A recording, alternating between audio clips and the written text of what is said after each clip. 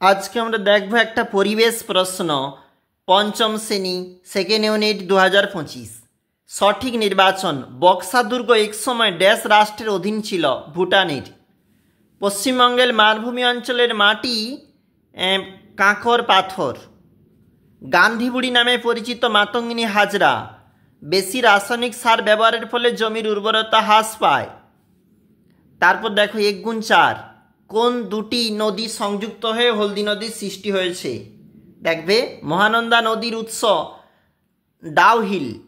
দেখো মহানন্দা নদীর উৎস বলেছে বারুইপুর পেয়ারার জন্য বিখ্যাত।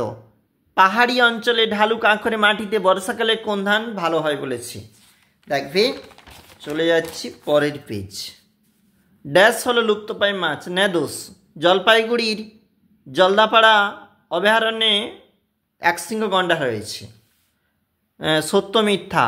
মটর, অড়হর, বরবটি, সিম চাষে জল কম লাগে, এটা সত্য।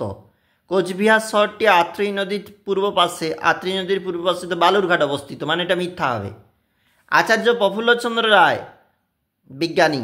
নেতাজি সুভাষচন্দ্র বসু স্বাধীনতা সংগ্রামী।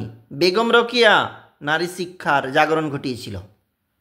নিচের এই প্রশ্নগুলা কিন্তু 2 নাম্বার করে, আর এই দিকের প্রশ্ন 3 নাম্বার রয়েছে। দেখবে তোমরা, আমরা দেখছিলাম পঞ্চম শ্রেণী পরিবেশ প্রশ্ন।